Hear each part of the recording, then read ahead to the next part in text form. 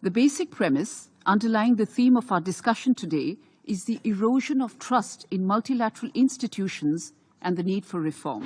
None of this would matter if we did address the elephant in the room, that we are unable to peacefully resolve disputes through the United Nations. This very United Nations Security Council has been rendered ineffective. Unless we undertake comprehensive reforms and get this House in order, we will continue to face a continuing crisis of credibility. Thank you, Mr. President. Warm congratulations on your presidency. The basic premise underlying the theme of our discussion today is the erosion of trust in multilateral institutions and the need for reform. And it is indeed important for us to have an honest conversation on how to rebuild trust in multilateral institutions. Allow me to make 4 quick points as suggestions in this context. 1. The UN Charter calls for resolution of any dispute through negotiation. Where there are bilateral agreements on ways to resolve any pending dispute between parties, the best way forward would be for the international community to recognize the existence of such means and encourage the same. We have seen several examples in the past where bilateral discussions and regional and sub-regional mechanisms have been more effective in achieving mutually acceptable solutions to resolving disputes.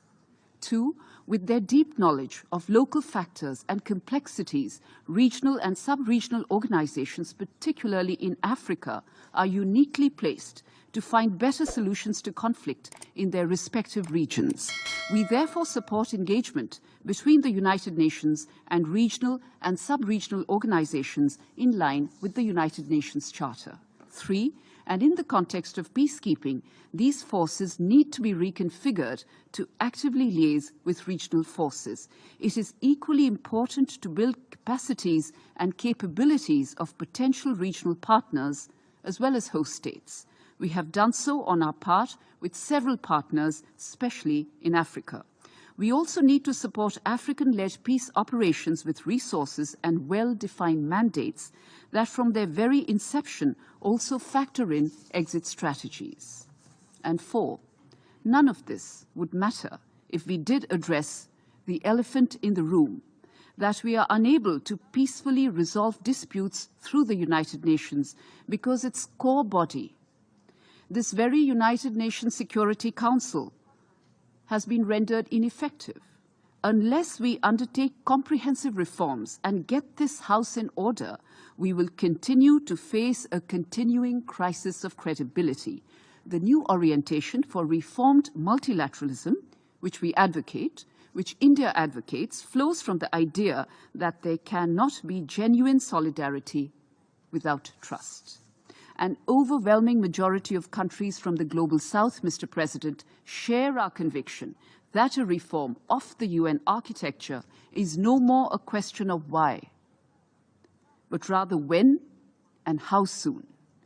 The opportunity provided by the Summit of the Future next year should drive us towards change in the direction of a reformed multilateralism, including through the expansion of the Security Council in both categories of its membership.